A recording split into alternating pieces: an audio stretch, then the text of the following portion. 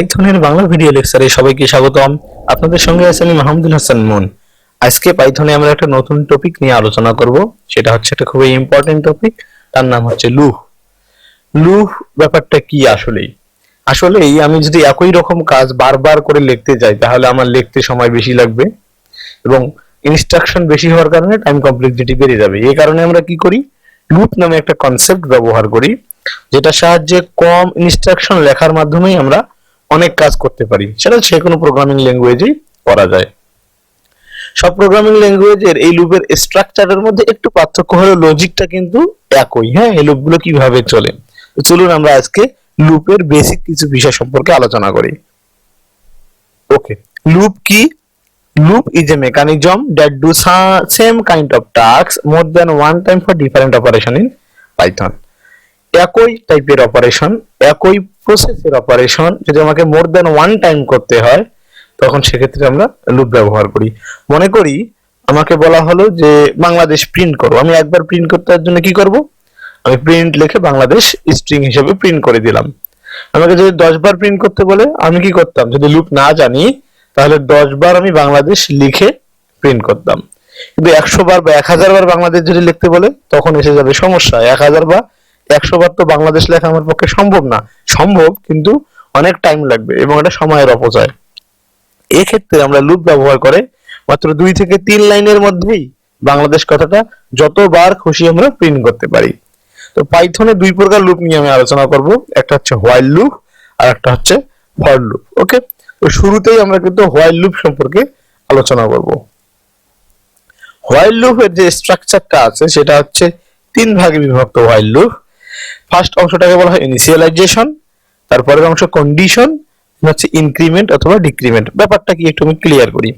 আমাকে কোনো কারণে লুপের সাহায্যে প্রিন্ট করতে বলা হলো 1 থেকে 10 পর্যন্ত, তাহলে আমাকে কই থেকে শুরু করতে হবে? 1 থেকে প্রিন্ট করতে শুরু করতে হবে। তাহলে আমার ইনিশিয়ালাইজেশনটা হবে 1, অর্থাৎ আমি যেখান থেকে শুরু করব সেটাই হচ্ছে আমার ইনিশিয়ালাইজেশন। ওকে, আমি যদি 4 থেকে শুরু করতাম তাহলে আমাকে যদি কোনো কারণে 4 থেকে 10 পর্যন্ত প্রিন্ট করতে বলতো তাহলে ইনিশিয়ালাইজ কত দিয়ে করতে হতো? 4 দিয়ে করতে হতো। ওকে, আচ্ছা, তারপরে এখানে আমি 5 পর্যন্ত প্রিন্ট করব, 1 থেকে 5 দিলাম। এখানে আমাকে বললো while i less than equal n। এই কন্ডিশনটা কি কারণে? কন্ডিশনটা হয়েছে যে লুপটা কতক্ষণ চলবে এবং কখন গিয়ে লুপটা শেষ হয়ে যাবে। আমাকে যেহেতু 5 বার প্রিন্ট করতে বলছে 1 2 3 4 5, তাহলে i এর মান যখন 6 হয়ে যাবে তখন কি আমাকে লুপটা কন্টিনিউ করা যাবে না। এই জন্য আমরা একটা কন্ডিশন দিলাম। কি কন্ডিশন দিলাম?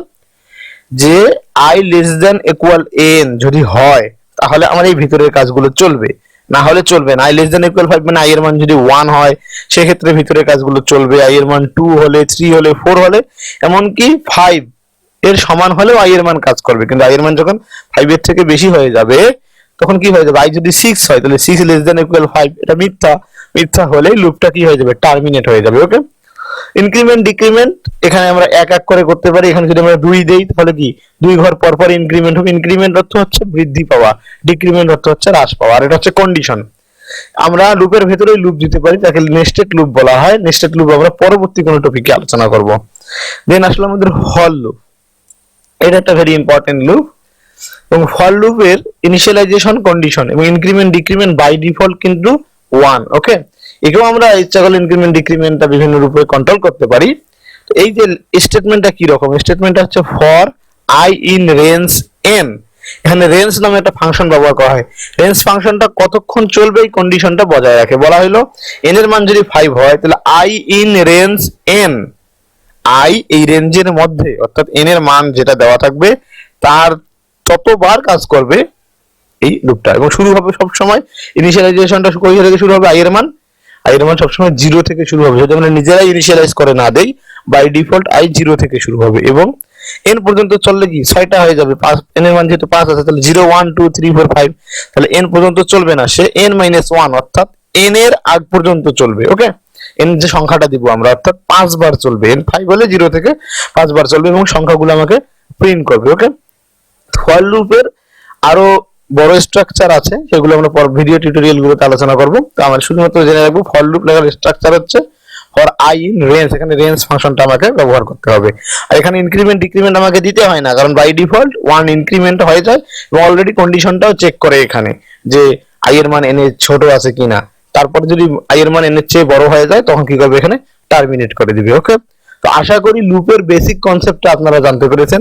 পরের ভিডিও লেকচার থেকে আমরা এগুলো কোডের সাহায্যে ইমপ্লিমেন্ট করার চেষ্টা করব। সবাই পাশে থাকবেন এবং আমাদের টেক বাংলা 365 ওয়েবসাইটে গিয়ে ওখানে পাইথন কোর্সের মধ্যে গেলে আপনারা শুধুমাত্র ভিডিও না, ভিডিওর সঙ্গে অনেকগুলো ডকুমেন্টও পাবেন এবং প্র্যাকটিস করার জন্য বিভিন্ন কোশ্চেন পাবেন। ভিডিও ডেসক্রিপশনে আমি লিংক দিয়ে দেবো। আমাদের যদি কোনো কিছু জানার থাকে আমাদের কাছে, তাহলে আমাদের পেজে মেসেজ দিতে পারেন অথবা সরাসরি আমাদের সঙ্গে আমাদের ইমেইলের মাধ্যমে কন্ট্যাক্ট করতে পারেন। ধন্যবাদ সবাইকে।